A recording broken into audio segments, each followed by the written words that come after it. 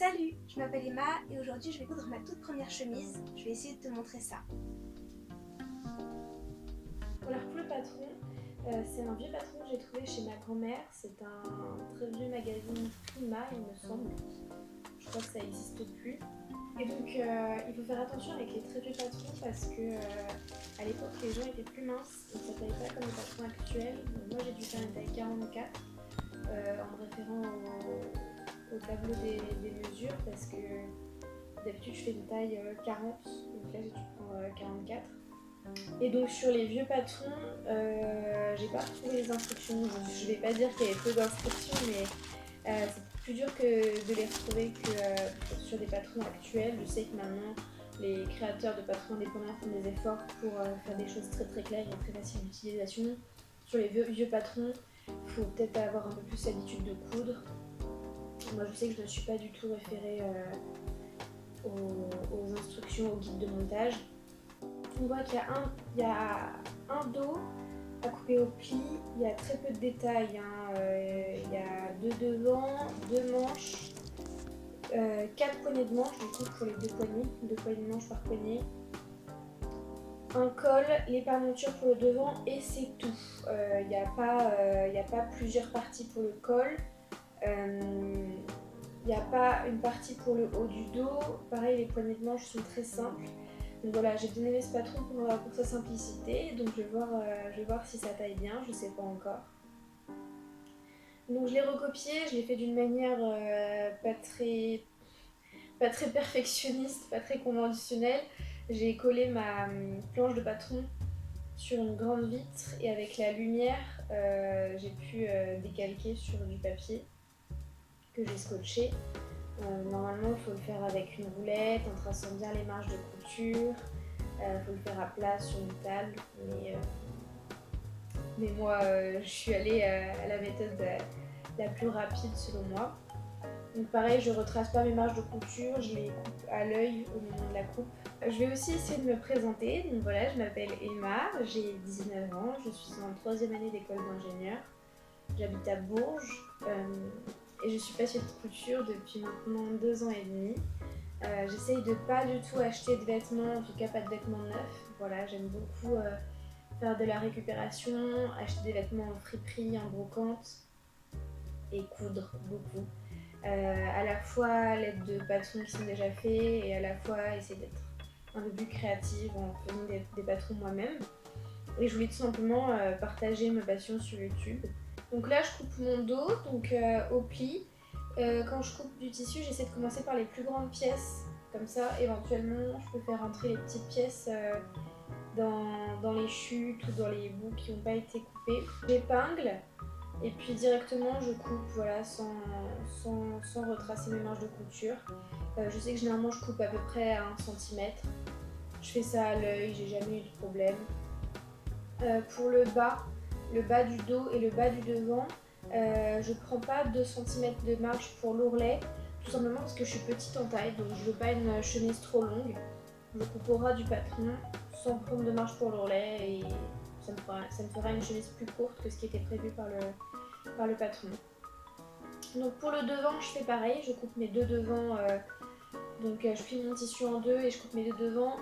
Pas au pli, du coup, vu que c'est une chemise, ça se ferme avec les boutons devant. Et ensuite, voilà, dans la petite chute qui reste sur le côté, je peux couper une de mes deux parmentures devant. Si vous décidez de couper votre parmenture au niveau de la lisière du tissu, ça vous évitera d'avoir à surfiler ou surjeter toute une partie de la parmenture, c'est-à-dire le côté qui n'est pas cousu au devant, le côté qui est en bord franc à l'intérieur du vêtement. Je coupe aussi mon col, donc comme je vous ai dit, avec une seule partie pour le col, c'est juste qu'il faut la couper 2 fois pour que le col soit en double, mais c'est en une seule partie, alors que d'habitude sur les chemises qu'on voit, il y a le sous-col, puis le col qui revient se plier avec les deux petits triangles. Bon, je me suis rendu compte que ce que je disais n'était pas vraiment compréhensible, donc j'ai pris une chemise que j'avais chez moi et je vais vous montrer ce que je raconte. Donc quand je parle du col, vous voyez qu'il est en 2 parties ici. Il y a ici une partie et ici une autre partie et qui forment le col. Et donc quand je parle des 2 triangles qui se replient, je parle juste de ça. Et là en fait sur la chemise que je suis en train de coudre, ces 2 parties sont en un seul tenant et il n'y a pas de couture à ce niveau-là.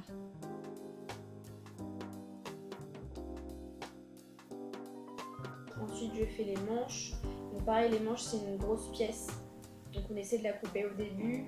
Là j'allais couper la parmenture et le col avant parce que ça rentrait dans un petit bout de tissu où ma manche ne rentrait pas. Je coupe bien tous les crans au moment de la coupe, on essaie de pas en oublier, et je rentre mes poignées de manche dans les chutes. Mon tissu est rayé, donc j'ai bien fait attention au droit fil. Je n'ai pas fait quelque chose d'original, j'ai simplement mis les rayures verticales. Et pour les poignées de manche, j'ai fait attention à les mettre dans ce sens-là, donc toujours dans le même sens. On peut choisir le sens qu'on veut, c'est juste qu'il faut le respecter à chaque fois, pour pas avoir des poignées de manche dépareillées. Pour le tissu, je l'ai acheté chez Les Coupons Saint-Pierre, le magasin qui est à Montmartre, au niveau du marché Dreyfus. Et il a coûté seulement 5 € pour 3 mètres, c'est du coton. Et franchement, le prix est imbattable.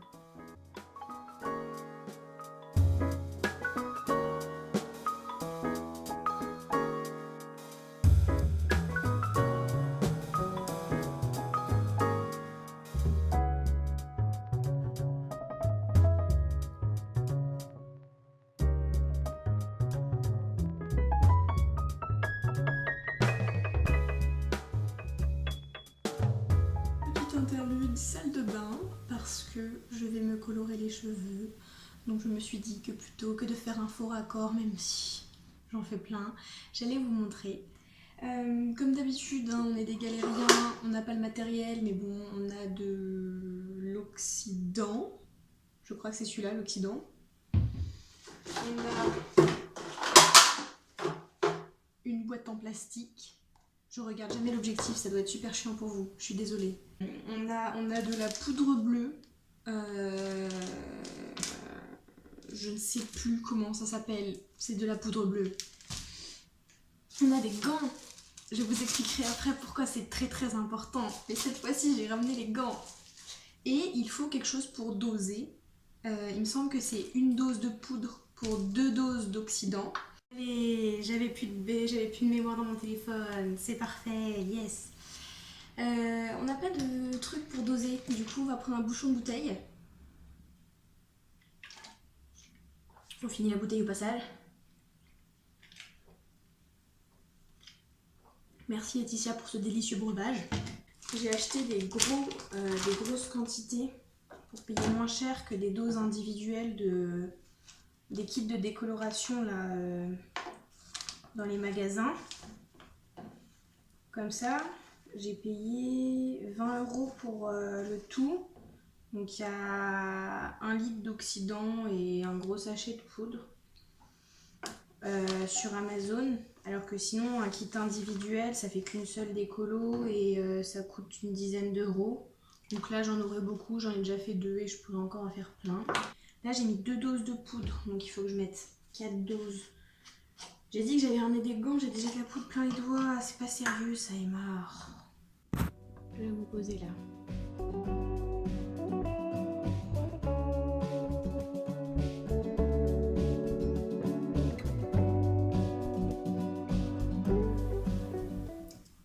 Ah, ça va pas marcher.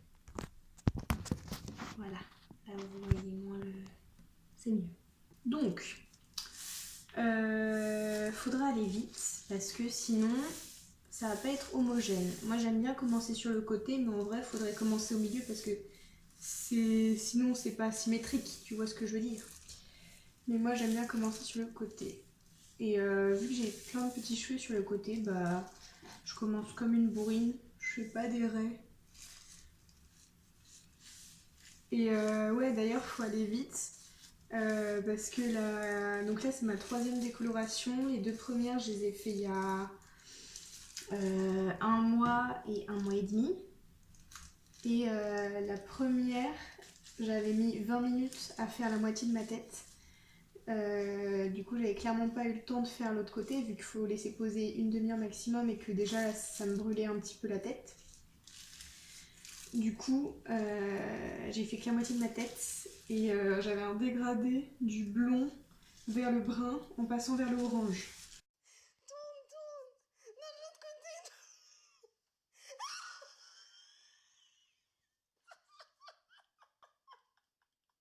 Alors l'histoire des gants, c'est que du coup ce jour-là, j'ai décidé de le faire sans gants. En me disant ouais c'est tranquille. Parce qu'en fait avant de me décolorer en blond, j'avais l'habitude de me colorer les cheveux en roux. Et c'était pas une décoloration, c'était une coloration que je faisais par-dessus mon châtain foncé brun là. Je m'étais dit ouais c'est tranquille, je vais pas utiliser de gants parce que comme j'ai pas acheté un kit pour les particuliers mais un gros bidon là et un gros paquet de poudre pour les professionnels, il n'y avait pas de gants vendus avec. Du coup j'ai fait ça sans gants et j'ai vraiment eu très très peur parce que mes ongles ont commencé à me faire mal. C'est-à-dire que j'avais l'impression qu'on m'avait coincé tous les doigts dans des portes. Et ça a duré 3 jours. Pendant 3 jours, j'ai eu mal comme si on m'avait coincé les doigts dans des portes. J'ai retenu la leçon. Quand tu t'es dit je vais ouvrir une chaîne YouTube, c'était pour afficher ta gueule. C'était pas pour faire de la couture et partager ta passion. Non, non, tu préfères t'afficher comme ça.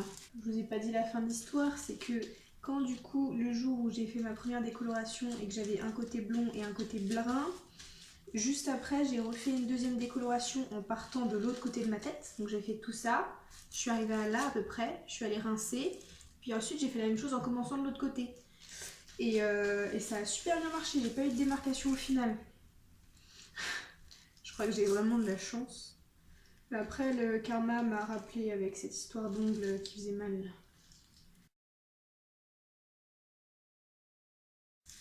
En fait, au début, je voulais faire que les racines. Et je me suis dit, est-ce que ce serait pas le moment d'essayer de lutter contre ces reflets jaunes là? Déjà là ça me chauffe les oreilles. Enfin l'oreille, une seule oreille du coup.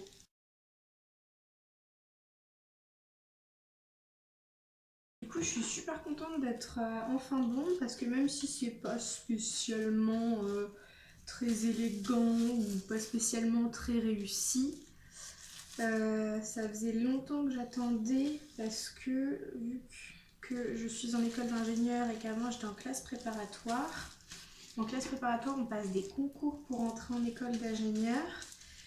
Et les concours, c'est écrit puis des écrits puis des oraux. Et pour les oraux, je me suis dit que c'était mieux si j'avais une couleur de cheveux très simple, même si on ne devrait pas être jugé sur l'apparence. Fallait jouer la sécurité. Et donc pendant plus de 6 mois, je me suis interdit toute coloration. Et là pour le derrière, vu que je vois rien, bah, je frotte comme une bourrine. Et en fait, je suis contente parce que quand j'utilisais des kits pour particuliers, j'avais vraiment les cheveux très très abîmés après la première décoloration, c'est-à-dire que j'arrivais pas à passer un peigne sans que ça bloque. Alors que là, je fais la troisième, c'est que mes cheveux ils vont bien. Je vais pas dire que ça les abîme pas, mais après la première décoloration, je pouvais quand même passer un peigne dedans sans que le peigne reste coincé. Et ça, c'est chouette. Je m'étais dit que j'allais commencer à coudre la chemise pendant que ça a posé, mais vu qu'on est déjà à presque un quart d'heure. Ah, l'écran qui arrive dans le bras, et franchement, les meufs enfin même les mecs, les gens qui ont les cheveux longs, je vous admire, hein, quand vous avez la foi de faire des coiffures et tout, ça demande trop de force dans les bras. Me revoilà, avec les cheveux rincés et secs, et des racines oranges, parce que ce n'est pas homogène. Comment ai-je pu croire que ça aurait pu être homogène après une décoloration sur à la fois du brun et du blond. Des fois je suis trop optimiste. Et là j'ai laissé une petite mèche brune, je sais pas si vous allez voir, c'est pas grand chose mais ça m'énerve, donc il faudra recommencer ça. En attendant, c'est la fin de l'interlude salle de bain. Donc maintenant je passe à la couture, donc j'enfile ma machine. Donc ma machine est comme le patron assez vieille, je vous la présenterai un jour. Et donc je suis désolée parce que je vois que La caméra de mon téléphone essaie tout le temps de faire la mise au point, elle n'y arrive pas forcément très bien.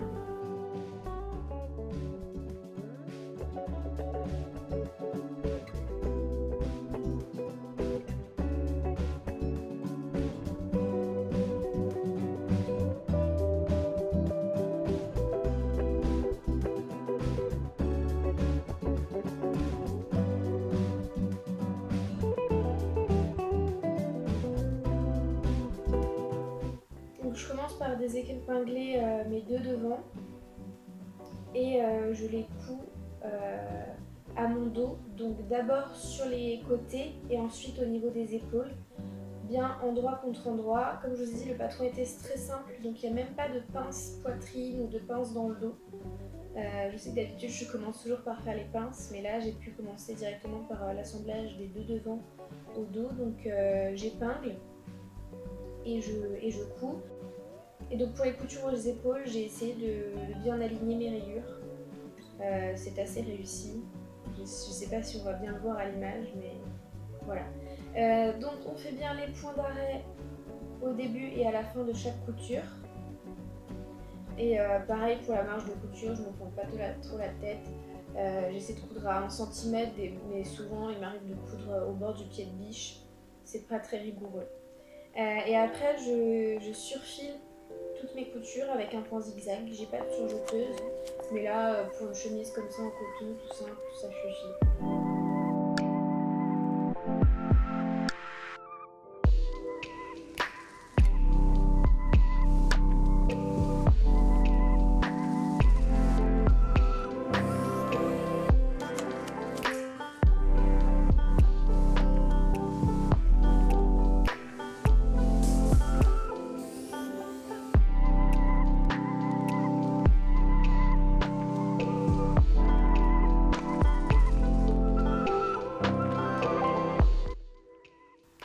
Donc là on voit bien ce que donnent les rayures sur les côtés. La chemise est un petit peu cintrée, donc ça fait des V. Et là mes coutures sont bien alignées au niveau des épaules.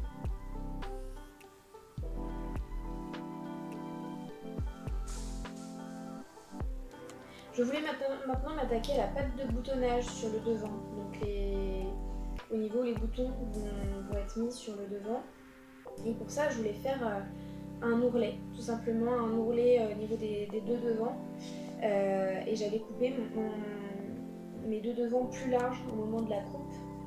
Et j'avais des crans pour marquer le milieu devant, donc là la ligne des boutons, pour que les boutons soient bien alignés sur le milieu. Mais le problème c'est que dans le patron, des parmentures devant étaient prévues. Et j'avais complètement oublié ça. Du coup, j'ai fait tout un ourlet sur le devant en essayant de bien calculer par rapport au milieu devant. Parce que du coup, il ne fallait pas rentrer le milieu devant dans l'ourlet, sinon il allait manquer de tissu. Donc il fallait bien plier une largeur d'ourlet spécifique. J'ai fait tous mes ourlets sur le devant et je me suis rendu compte après qu'il fallait tout découdre. Parce que en fait, des parmentures étaient prévues dans le patron. Donc j'ai mis pas mal de temps à découdre. Et en plus après j'avais trop de tissu au niveau des milieux devant parce que j'avais pris 2 cm pour faire l'ourlet au lieu d'1 pour la marge de couture habituelle avec des parmentures du coup à assembler endroit contre endroit de façon classique.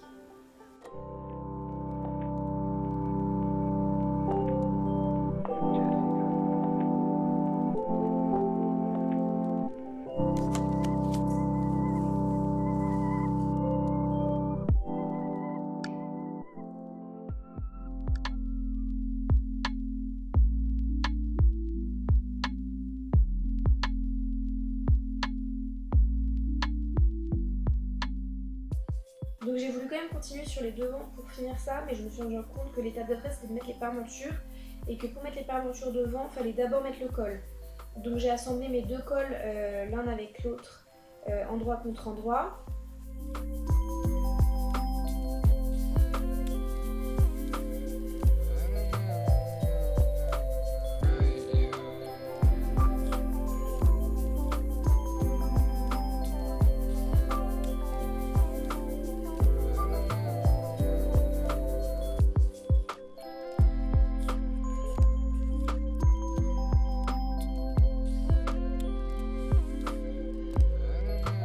j'ai retourné. Donc pour retourner, il fallait faire bien attention à ce que les pointes du col soient jolies. Donc j'ai bien dégarni les angles, j'ai essayé plusieurs fois de retourner pour vérifier que les angles étaient bien dégarnis.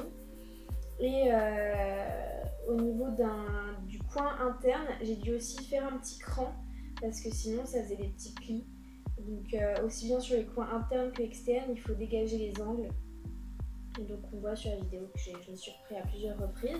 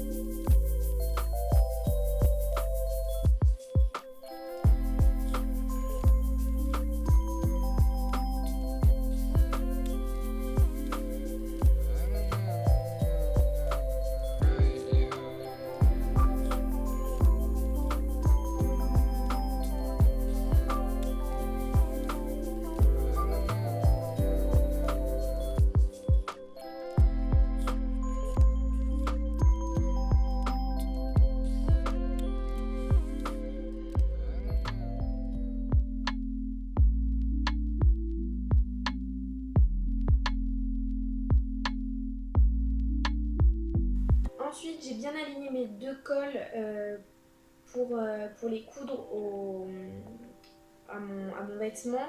Donc j'ai bien aligné aux coutures des épaules, il y avait des crans prévus au milieu dos et ensuite le col venait un petit peu jusque sur le devant. Et une fois que le col est bien cousu endroit contre endroit, on peut rajouter les parmentures.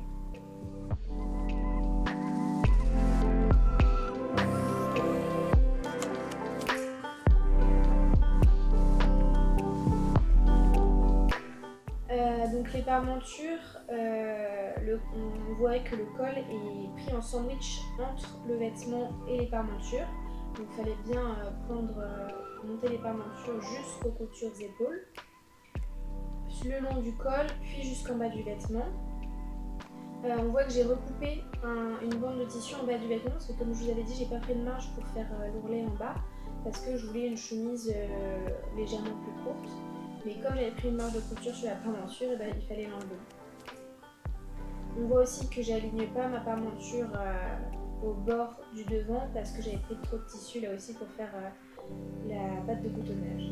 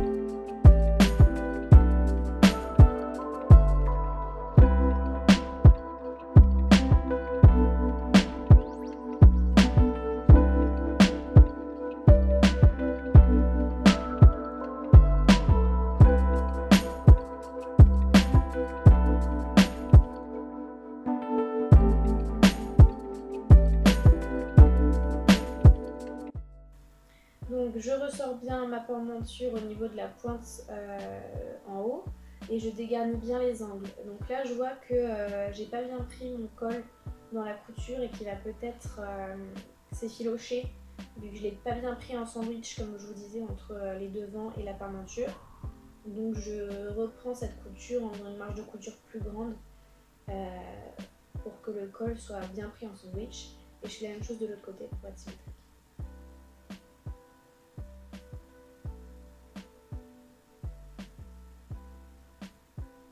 Je découds un endroit où j'avais un petit pli, voilà, ça arrive, on ne fait pas spécialement attention, même si on épingle bien, parfois il y a trop d'embus et il y a un petit pli. Et là j'avais un petit pli au niveau du dos qui est assemblé avec le col, donc je découds et je résorbe l'embu.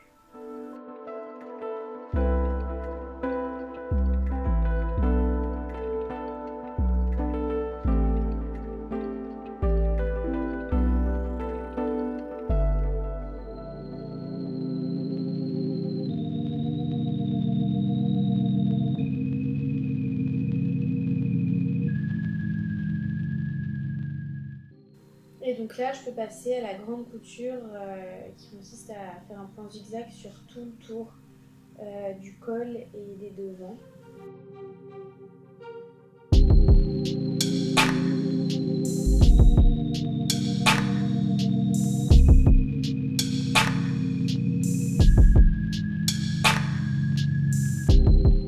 Et je surfile également l'intérieur de la pendenture qui est en bord franc, qui est à l'intérieur du vêtement. Et je vous disais tout à l'heure, souvent on choisit de mettre ce côté qui est en bord franc au niveau de la lisière pour ne pas avoir à le surfiler parce que les lisières des tissus n'ont pas à être surfilés, ils ne s'effilochent pas, quand on le porte ou quand on le lave. Donc je vois à l'image que les vibrations de la table dues à la machine à coudre ont décalé la caméra et on voit ma lampe dans le champ. Je suis désolée, je vais essayer de mieux fixer ça la prochaine fois. Ensuite, il faut bien coudre la parmenture à la couture épaule. Donc pour ça, je prends ma valeur de couture épaule qui est à l'intérieur du vêtement et je couds ma valeur de couture, pas l'extérieur qui va être visible, la valeur de couture avec la parmenture pour que en fait, la parmenture sorte pas du vêtement quand on le porte, mais reste bien plaquée à l'intérieur. Ensuite, on fait l'ourlet du bas. Généralement, c'est une étape qu'on fait tout à la fin, mais moi j'aime bien le faire avant pour ne pas la faire à la fin, justement. Donc voilà, je rentre 2 fois le bas du vêtement et je couds tout simplement. Ça prend un petit peu de temps pour épingler. Et je prends la parmenture dedans aussi. Hein. Je n'essaie pas de faire quelque chose de parfait. Je prends la parmenture dans mon ourlet et je couds au point droit tout simplement.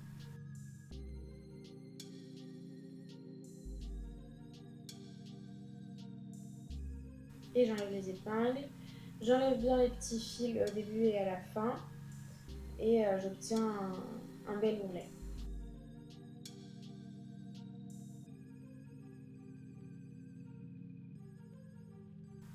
On peut maintenant passer aux manches. Donc là, j'ai dû couper une fente en bas de la manche pour, vous savez, quand on ferme notre poignet avec un bouton, si le bouton s'ouvre, c'est pour que la manche soit plus large, donc il faut lui faire une fente. Donc, j'ai coupé le long du trait qui était sur le patron une fente et ensuite je ferme ma manche sur elle-même en tube, endroit contre endroit et j'épingle bien en haut de la manche qui va être là, en bas qui va être là et avec un cran qui était au milieu. Je couds au point droit, je surfile et je fais pareil pour le deuxième bras.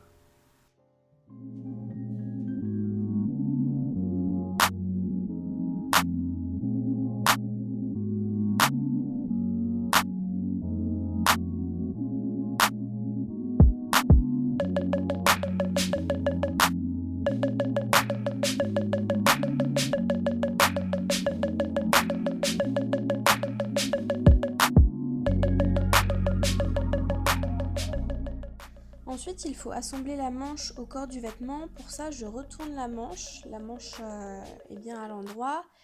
Le corps, lui, est à l'envers. Comme ça, je peux bien être endroit contre endroit. Je fais attention à ce que ce soit la bonne manche. Pour ça, je regarde l'écran. Il faut aligner le cran de la manche avec le cran du vêtement. Et j'épingle. Alors pour épingler, je commence par le dessous du bras, où j'aligne la couture du côté du vêtement avec la couture du dessous du bras. Ensuite, j'aligne le cran de la tête de manche avec la couture épaule du vêtement. Et je finis par mettre des épingles tout le long du tour de l'épaule en répartissant bien l'embu. Ensuite, je peux coudre. Je vérifie qu'il n'y a aucun pli parce qu'il y a souvent de l'embu quand on fait cette couture. Et je peux ensuite retirer les épingles et faire le surjet au point zigzag.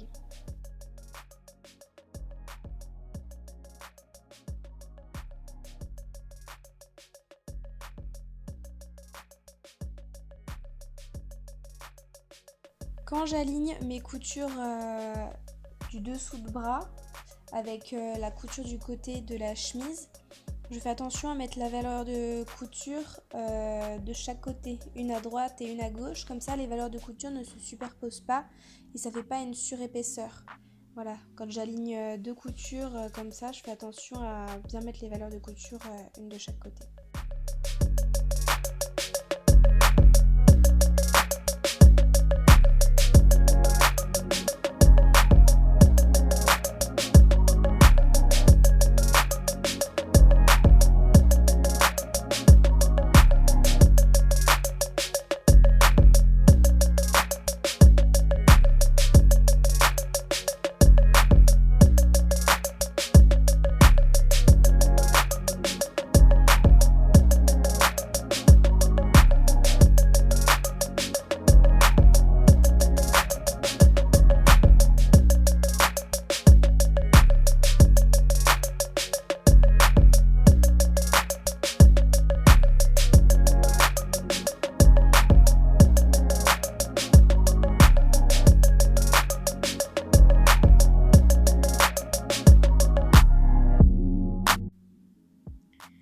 Une fois que mes manches sont bien assemblées au vêtement, il faut s'occuper des poignées de manches pour que la manche soit bien finie en bas.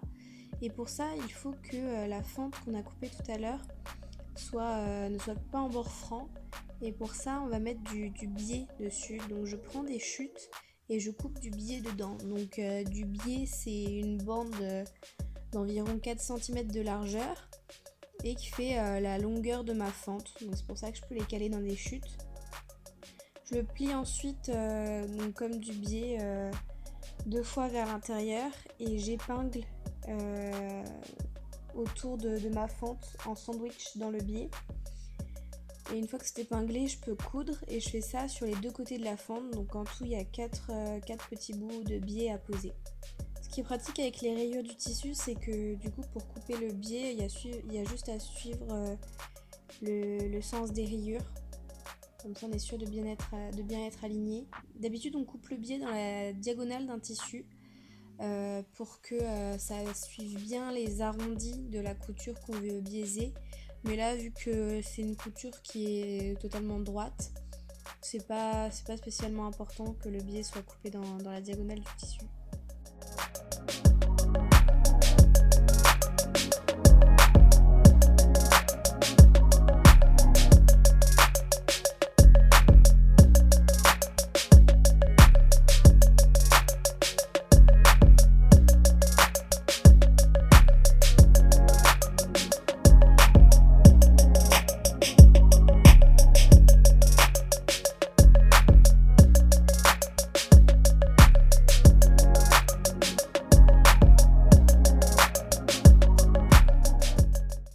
Ensuite, une fois que j'ai biaisé les deux fentes, je retourne ma manche et là il faut coudre en forme de triangle pour que le haut de la fente ne soit pas en bord franc.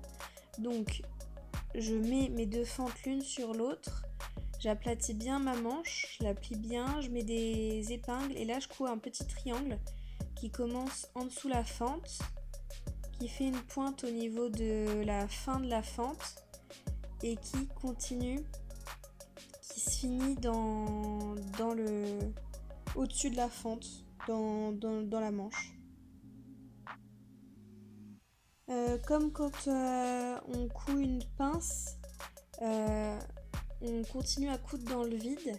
Comme ça, après, on a une plus jolie finition et donc on prend les 2 fils qui ont été cousus dans le vide et on fait des nœuds. Et ça permet de ne pas avoir un point d'arrêt avec aller-retour au niveau de la fin de la pince et que ça fasse une plus jolie finition. Et donc ici, on n'a plus le bord de la fente en bord franc. Maintenant, il faut marquer les plis. J'ai des petits plis au bout de la manche pour que ça fasse légèrement blouser le poignet de manche. Donc j'aligne mes crans, j'épingle et je couds sur quelques centimètres la profondeur de mon pli. Je fais ça sur tous les plis qui ont été marqués à la manche. Il me semble qu'il y en a 2 par poignet.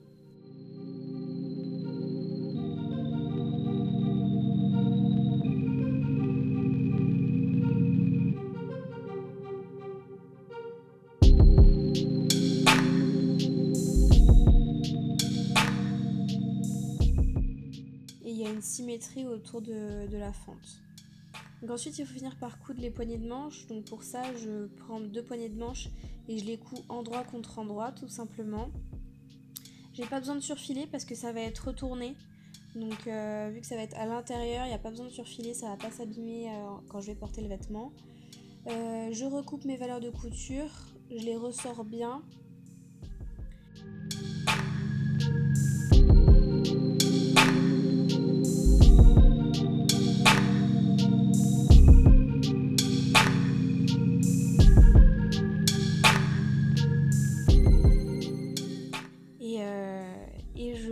J'essaie de coudre mon poignet de manche à ma manche. J'essaie de faire la technique très propre et professionnelle qui consiste à glisser la manche à l'intérieur du poignet de manche en rentrant les 2 épaisseurs du poignet de manche vers l'intérieur. Mais j'ai pas réussi, donc j'ai fini par tout simplement coudre endroit contre endroit le poignet avec la manche. Et donc en fait c'est quand je vais porter la chemise et que je vais vouloir remonter mes manches, quand je vais vouloir retrousser mes manches, ça va être moins joli. Mais si je porte mes poignets sans retrousser mes manches, ça va pas se voir. Et là j'ai fini ma chemise, donc je vais pouvoir la repasser et enfin la porter et voir ce que ça donne. C'est le moment de l'essayage.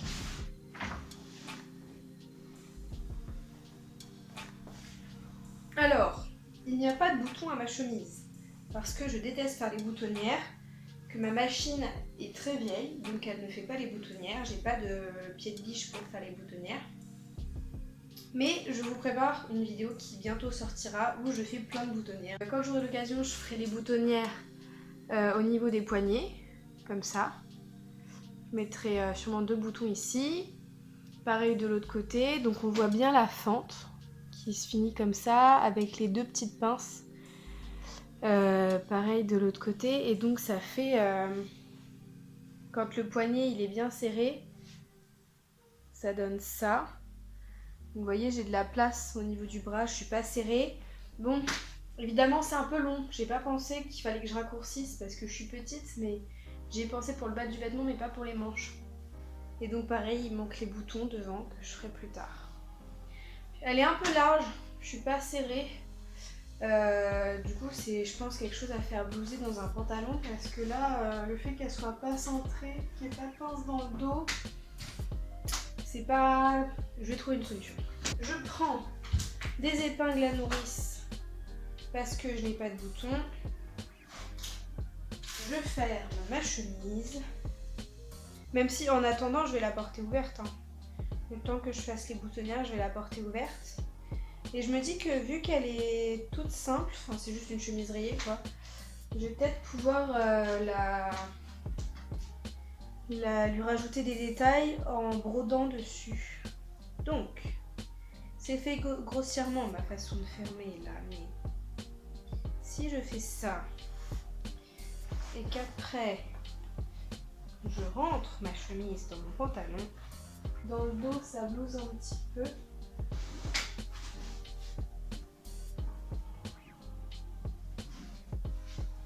Bon là c'est pas fermé mais c'est parce que j'ai pas les boutons. Et sinon, donc je vous ai dit je vais la porter ouverte le temps de faire les boutons, mais déjà comme ça moi j'aime bien rentrer ouverte mais dans le pantalon. Je trouve ça assez sympa. Et sinon on peut essayer la technique de la chemise nouée. Vu qu'elle est assez grande, ça devrait fonctionner. Et bah c'est pas mal du tout, en plus le col il vient se mettre tout seul, se plier tout seul devant, j'aime bien. La technique quand vous voulez nouer une chemise, c'est de rouler le dos vers l'intérieur. Comme ça il n'y a pas plein de plis. Si c'est roulé, ça tient tout seul et c'est plaqué. Et donc je vous disais, j'aime bien la finition du col parce qu'on peut le porter aussi bien serré comme ça que beaucoup plus large. Et en fait le fait qu'on ait mis une parementure à l'intérieur, on peut porter le col large et c'est joli. Et le fait qu'on ait cousu le haut de la parementure à la couture épaule, et ben la parementure ne bouge pas. Et c'est vraiment chouette au niveau finition d'avoir ça. Et sur ce, je vous dis à bientôt pour une nouvelle vidéo, ce sera sûrement sur les friperies lyonnaises. Salut!